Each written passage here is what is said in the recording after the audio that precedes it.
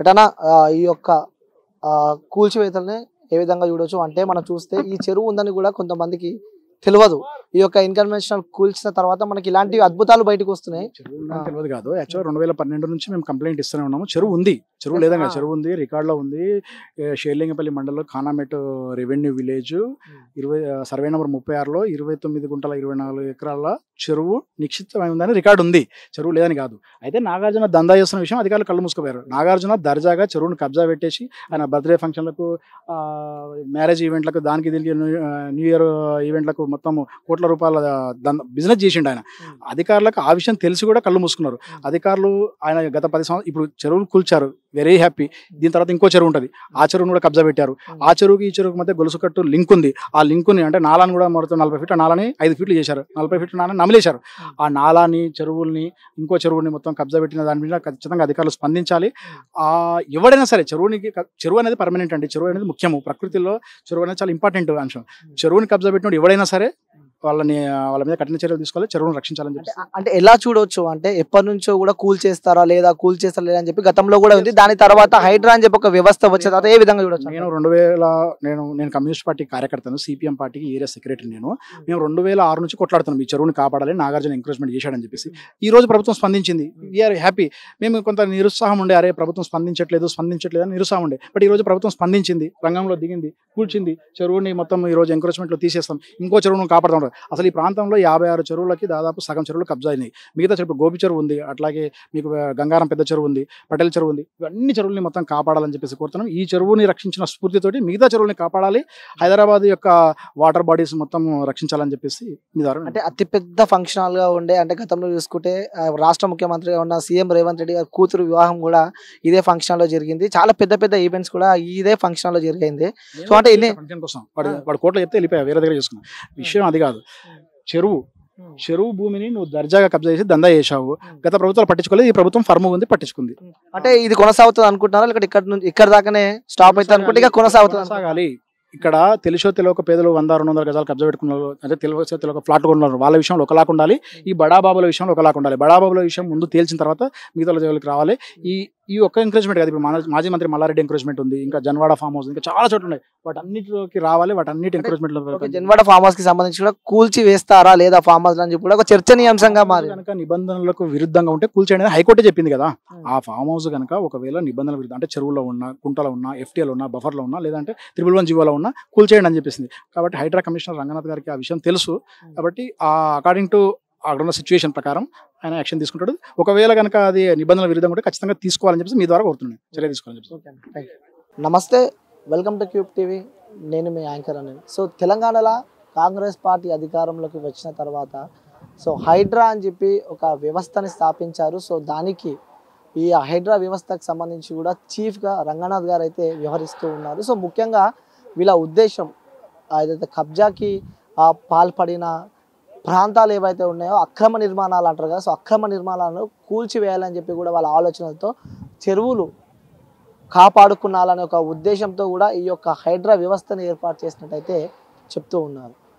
ఈ యొక్క హైడ్రా వ్యవస్థను ఏర్పాటు చేసిన తర్వాత కూడా కూల్చివేతలు అయితే జరుగుతున్నాయి. ప్రధానంగా ఎన్ కన్వెన్షన్ హాల్.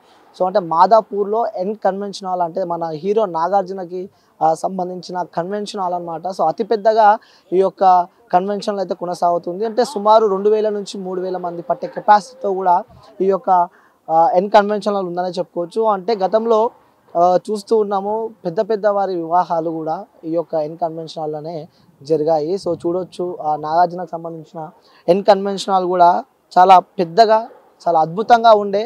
కానీ ఇప్పుడు చూస్తే మాత్రం మొత్తం హైడ్రా కంప్లైంట్ వచ్చింది. సో కంప్లైంట్ వచ్చిన తర్వాత కూడా మొత్తాన్ని కూల్చివేశారు. అంటే భారీ బందోబస్తు కూడా ఈ యొక్క అక్రమ నిర్మాణాలను కూడా కూల్చివేశారని చెప్పవచ్చు. సో చూడవచ్చు, అంటే మనం లోతుగా ఆలోచిస్తే క్యూబ్ టీవీ ఎక్స్క్లూజివ్గా ఆఫ్టర్ అంటే కూల్ చేసిన తర్వాత ఎన్ కన్వెన్షనల్ ఎలా ఉందో చూపించే ప్రయత్నం అయితే క్యూబ్ టీవీ ఎక్స్క్లూజివ్గా చేస్తుంది. అంటే ఆలోచించాల్సిన విషయం, గతంలో అంటే మొన్నటి దాకా ఈ యొక్క చెరువు మనం ఏదైతే చూస్తున్నామో ఈ చెరువు ఉన్నట్టు కూడా ఎవరికి తెలియదు. సో మీకు నేను చూపించే ప్రయత్నం అయితే చేస్తా. ఒకసారి మీరు చెరువుని చూడొచ్చు. ఈ యొక్క చెరువు ఉందని చెప్పి కూడా తమ్మిడికుంట చెరువు దీని పేరు, ఇది ఉందని చెప్పి కూడా ఎవరికి తెలియదు.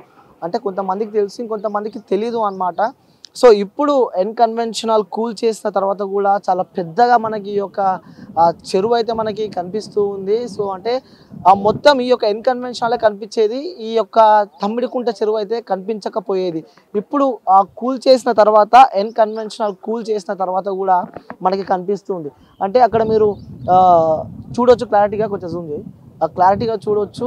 ఈ చెరువుకి ఆనుకొని ఒక బేస్మెంట్ లాగా కట్టారు. కట్టిన అటు సైడు మనకి అన్‌కన్వెన్షనల్ కనిపిస్తుంది. సుమారు ఈ కన్వెన్షనలే 10 ఎకరాలు ఉంటాయని చెప్పి కూడా చెప్పుకోవచ్చు. మొత్తాన్ని కూడా కబ్జా చేశారు. ఇందులో 3 ఎకరాల 30 గుంటలు కబ్జా అయినట్టు మాత్రం హైడ్రా వాళ్ళైతే వివరించిన సందర్భం మనం చూస్తూ ఉన్నాము.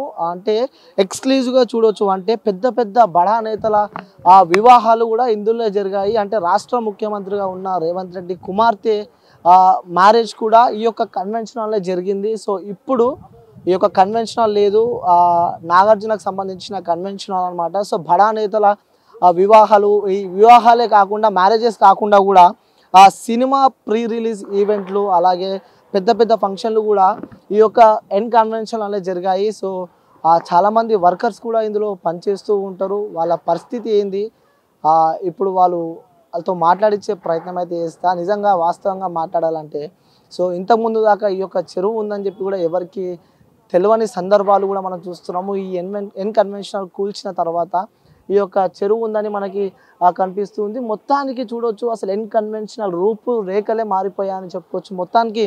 మొత్తం టోటల్ డిస్ట్రాయ్, అంటే మొత్తానికి బడా బడా బుల్డోజర్లతో ఈ యొక్క అన్‌కన్వెన్షనల్ కూల్ చేశారని చెప్పుకోవచ్చు. సో చాలామంది పోలీస్ బందోబస్తు, అలాగే డిఆర్ఎఫ్ బృందం, అలాగే జిహెచ్ఎంసీకి సంబంధించిన కొంతమంది, అంటే గవర్నమెంట్ టోటల్ ఇందులో ఇన్వాల్వ్ అయితే లేదు. ప్రభుత్వం నుంచి ఈ యొక్క చీఫ్ రంగనాథన్లో తన ఆధ్వర్యంలో ఇలాంటివి అయితే ఈ కూల్చివేతలు అయితే జరుగుతున్నాయి. సో చూడొచ్చు. అంటే వీళ్ళు చేసిన దాంట్లో అతిపెద్ద కూల్చివేత అని చెప్పుకోవచ్చు. సో వాళ్ళు ఇక్కడే కాకుండా కూడా బడా నేత రాజకీయాల ఫామ్ హౌస్లు కూడా అక్కడ సైడ్ ఉన్నాయి. అంటే ఫామ్ హౌస్లో కూడా కూల్చివేస్తారా, లేక ఈ యొక్క అన్‌కన్వెన్షనల్ దగ్గర ఆగిపోతుందా అంటే దీని గురించి మనం క్లుప్తంగా లోతుగా మనము ఆలోచిస్తే ఈ యొక్క అన్‌కన్వెన్షనల్ గతంలో కూడా దీనికి అనుమతులు లేవు, కూల్చివేస్తారు అనే సందర్భాలు కూడా మనం చూసాము. దాని తర్వాత అప్పుడు బాగా హడావిడి నడిచిందే, తర్వాత కూడా దాన్ని కూల్చివేయలేదు. ఇప్పుడు హైడ్రా అని చెప్పి ఒక వ్యవస్థ ద్వారా